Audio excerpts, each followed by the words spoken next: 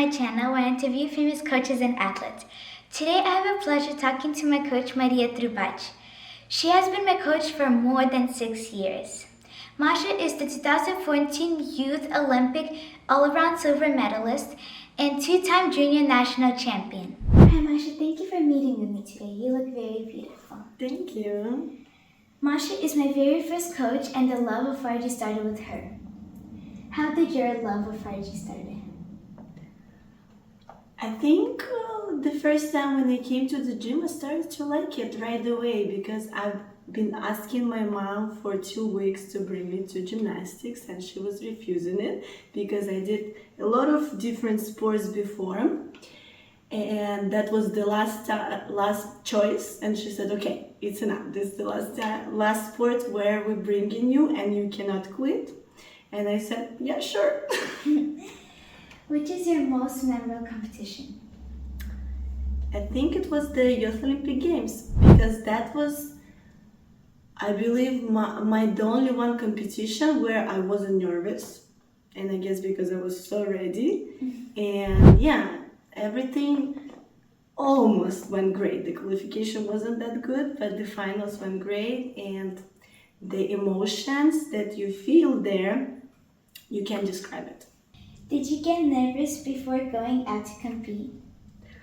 I think overall that was the biggest issue, that I would get nervous almost every single time, and especially, which is interesting, at the national competition, like at my city where I was training. The international competition usually went for me easier. I wasn't that nervous.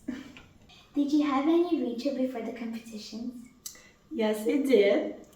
And I think before I was 15 or 16, there was so many. I used to spend hours on it the night before the competition. But yeah, after I turned 16, I just decided to rely on myself. What was your favorite prize? I think all of them except ribbon. I never liked ribbon. Did you ever compete with Anastasia Salos and Alina Harnasko? Yes, and in Belarus on nationals, there's usually you compete with 3 age divisions. Mm-hmm. So when I was, like I said, because I was 1999 and Harnasko was 2001, we competed, I think, for 1 year together as a juniors. I lived in the same sports facilities, Anastasia Salos. Mm-hmm. Who were your RG idols at that time? It's a hard one. They changed over time. So I remember for sure when I came to the gymnastics, it was of course Evgenia Kanaeva, Inna Zhukova, and I think her video on the TV was the reason why I wanted to start gymnastics. And then obviously it was Yana Kudravtseva, Rita Mamoon.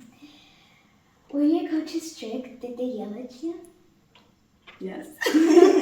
Yes, they did. They had one coach when I was a junior, and she was not really strict, but she would be, I think I kind of, as a coach like her, I would say, because she would sit and watch me do it 100 times, and no way I could do 99. Yeah. Did you have to weigh yourself? Yes. But I never had problems before I was 15, and after, yeah, I started as a lot of gymnasts after they go over this line 15, 16 years old, become teenagers, start to have problems, and yeah, I used to wake myself 4 or 5 times a day. How did your RG career end? Honestly, back then when I quit, I didn't know that I actually want to quit. It's actually quite an interesting story. I went on my last competition. It was in Taipei 2017, World Universiade. And yeah, just all of a sudden, everything started to hurt. Like my foot, my hips, my back, everything. So it was kind of hard competitions for me. And after those competitions, I took 1 week or 2 weeks off, And even like my mom asked me, do you want to go to vacation or do something fun? And I said, no, I just want to lay in my bed. Everything hurts, I can't move. And I was a little bit mentally tired as well, because you always have to be like focus, work hard, non-stop, just think about, I like being nervous constantly, obviously, because you represent your country. And yeah, I just, when I came back to Minsk from like my mom, I decided, okay, I think it's the time. Please tell us how you moved to LA. Did you start working as a coach right away? Yes, I was invited by Zhenya to come and work as a coach, and I'm really happy that, first of all, like my first destination was Los Angeles, amazing city, and second of all, that I got into such an amazing club. When you were a kid, did you ever think you would be a coach? At some point, yes, but I believe after I turned like 12 or 13, I was always thinking, I will never be a coach. I don't want to be a coach. 3 years in a row, you've become Coach of the Year. Congratulations. Thank you. Anything particularly Thanks to you guys. Anything particularly you like to see in a gymnast? I think the one is the most important thing for me, hard work. Like if I see that gymnast working hard, based on my experience, I can tell her that she can achieve anything. Of course, a little bit of talent, but I would say maybe 3% talent and everything else hard work. What do you think about the new rules? Honestly, I like it.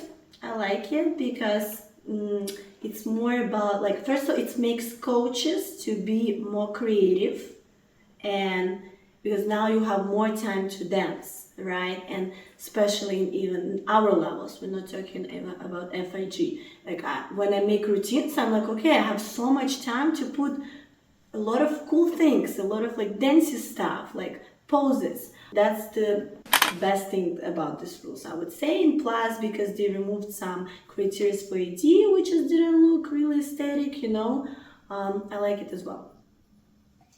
2024 Olympics, who was your favorite gymnast? To be honest, for me, like, especially now my idol in gymnastics and how I feel like gymnasts supposed to look, is Stiliana, no questions. But obviously everybody was so upset about what happened. So I would say my second choice, Rafaela, because she does things that nobody doing in the world. And I'm really, really impressed. What do you think about the Olympic Games without gymnasts from Russia and Belarus? Obviously, it wasn't that interesting to watch for me because, and also upsetting. I know how hard they work, and not being there, and of course, Olympic Games, it's a dream for every athlete, and not being there and working so hard for it is really, really, really upsetting. That's why I just was like, kind of, I felt the same as they could feel about it. So obviously that, and plus no gymnasts to cheer for, because, you know, everyone from different countries wanted to support athletes from their countries more. Masha, I saw one of the pictures on internet when you and one of the Averina sisters. So did you often compete with them? I believe so, as I remember. The last year they were juniors. I for sure competed on a lot of competitions with them, and that was so nice because back then I also, like, they were my idols, and I remember the first competition when I saw them I was like, oh my god, this is like a very sisters, and I was thinking, and I'm gonna compete with them, I have no chance. But everything kind of every time turned out great. I think even once I beat them at some of the apparatus, which was the best moment of my life, I think. And then, also when I became a senior, we for sure did 1 or 2 competitions together. That was also nice memories. Did you ever compete with Linoy Ashram? Yes, because me and Linoy, we the same age. So when we were juniors, we always competed together, or our teams competed together, and But yeah, when I started to compete as a junior on international level, I wasn't really enlightened in like different countries and gymnasts from different countries. That's why I was thinking, oh, this girl is from Israel, this girl is from USA, okay. And I think only at US Olympic Games we became not like closer, but like for example, I could learn all of these names and remember them. Yeah, but to be honest, as a senior, I think maybe I competed with her, but don't really remember. When you watched Tokyo Olympics and you saw Alina Harnasko, Averina's sisters, Anastasia Salos, and Linoy Ashram, were you sad that you didn't make it there? I don't know. I mean, honestly, I would say that I never thought about it before, that I was sad. I was just enjoying the Olympic Games.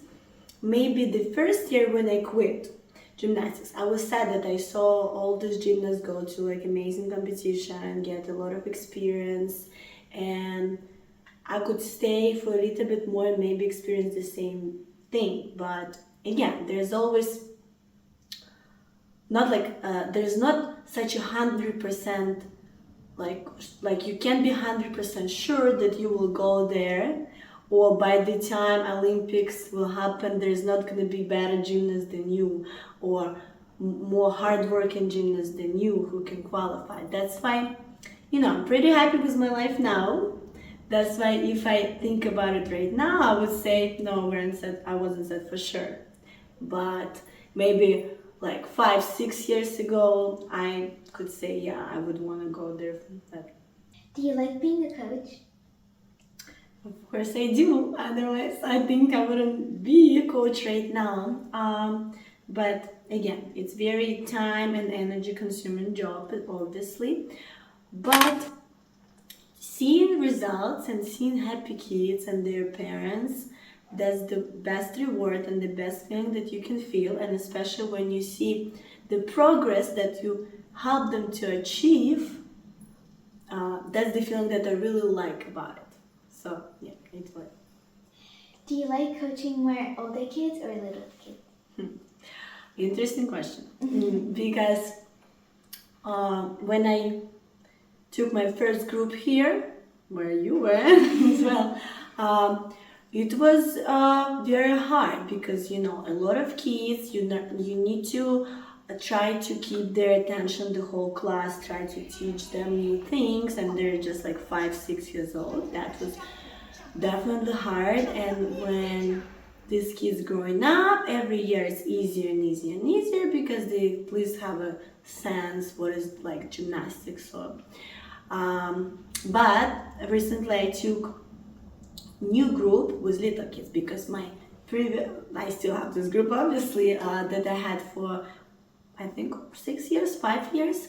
And yeah, they're already like can have their own routines and work more by themselves. And yeah, and I took little kids, and first year was so hard, and I was thinking like, why did I do that? Like, because yeah, obviously work with older kids a little bit easier and less energy consuming, but more emotional, I would say. And this year I started to realize that I like both. It's just different feeling because younger kids listen to me like this, like they just, I can look at them and I'm gonna be like shake.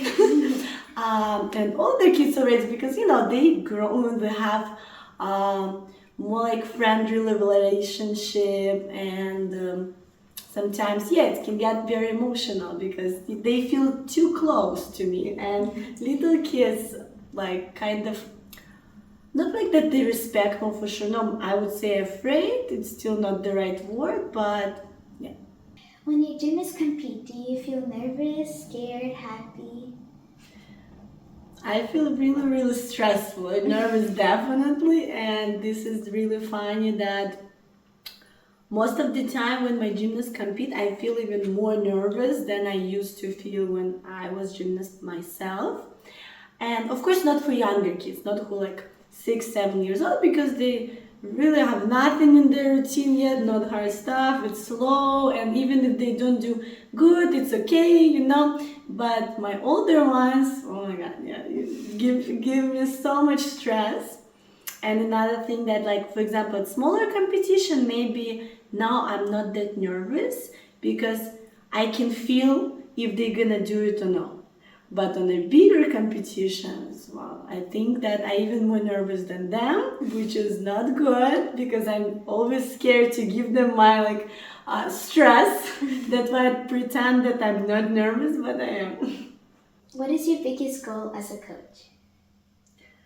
I think there's many goals, and I would say the most important one is to give the correct technique to the kids, that in the future it will be easier for them to do harder stuff, they will stay healthy, have an amazing apparatus handling, work with apparatus, so that in the future when they become already more bigger athletes, so maybe obviously I want my kids to get into national team and represent the country.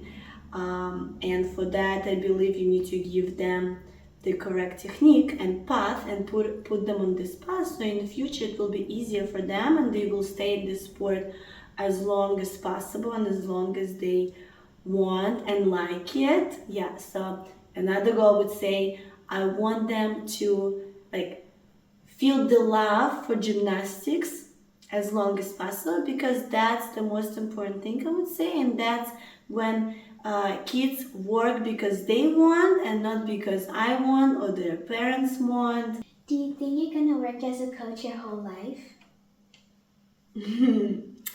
Honestly, I don't think so, because I definitely like it and it's a great opportunity and I enjoy it so much. But 4 years ago, I started school here because when I did gymnastics, I didn't really go to school, and when I finished gymnastics, I was kind of upset that the only thing I could do is gymnastics, and I wanted to learn something else and be good at something else as well. And that's why when I came here and COVID started, I remember I decided, why don't I go? But at first I went for English in school, and then I said, why don't I take other classes? And yeah, somehow I got into this, and I'm already 4 years, and I just recently finished university. And because I want to be a lawyer, so maybe when I finish law school, I need to get there first. Yeah, I will think about it too. Oh, this is which career. That's why I would definitely recommend to all of the gymnasts never relax on the education part, because yeah, being a gymnast is great, being as a coach is great, but I feel like it's pretty amazing when you can do something else as well. Masha, can we play a connection word or game where I say a name or a thing and you have to say your association with it? Yeah, sure. First, Daria Brafalmiev. Germany. Hoop. Clubs. Competition. First place. Rankies. Clubs routine. Practice. Gymnast. Olympics. Stress. Alina Kabayeva. Flexibility. Medal. Hard work. Thank you, Masha, for coming. Thank you, it was my pleasure. Thank you for watching, and if you like my channel, please subscribe and comment down below who should I interview next.